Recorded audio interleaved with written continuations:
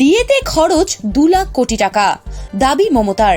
পাল্টা হিসাব বোঝালেন সরকারি কর্মীদের নেতা।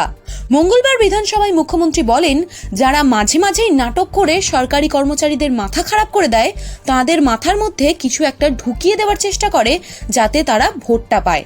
সরকারি কর্মচারীরা আমাদের গর্ব, ওদের কুৎসায় কান দেবেন না। রাজ্য সরকারের বেতন কমিশন অনুযায়ী চলে, তার বেতন কাঠামো আলাদা, কেন্দ্রীয় সরকারের বেতন কাঠামো আলাদা, তারা তাদের মতো চলে। মুখ্যমন্ত্রী আরও বলেন, সিপিআইএম আমলে কত পর্যন্ত ডিএ দেওয়া হয়েছিল? 35%, 13,000 কোটি টাকা দিতে হয়েছিল। আমরা দিয়ে দিয়েছি কত? 2019 সালে আমরা ষষ্ঠ বেতন কমিশন চালু করেছি। তার আগে পর্যন্ত আমরা 90% ডিএ দিয়েছিলাম, যেটার আর্থিক পরিমাণ 1,67,000 কোটি টাকা। 2011 সাল থেকে আজ পর্যন্ত আমাদের সরকার ডিএ দিয়েছে প্রায় 2 লাখ কোটি টাকা।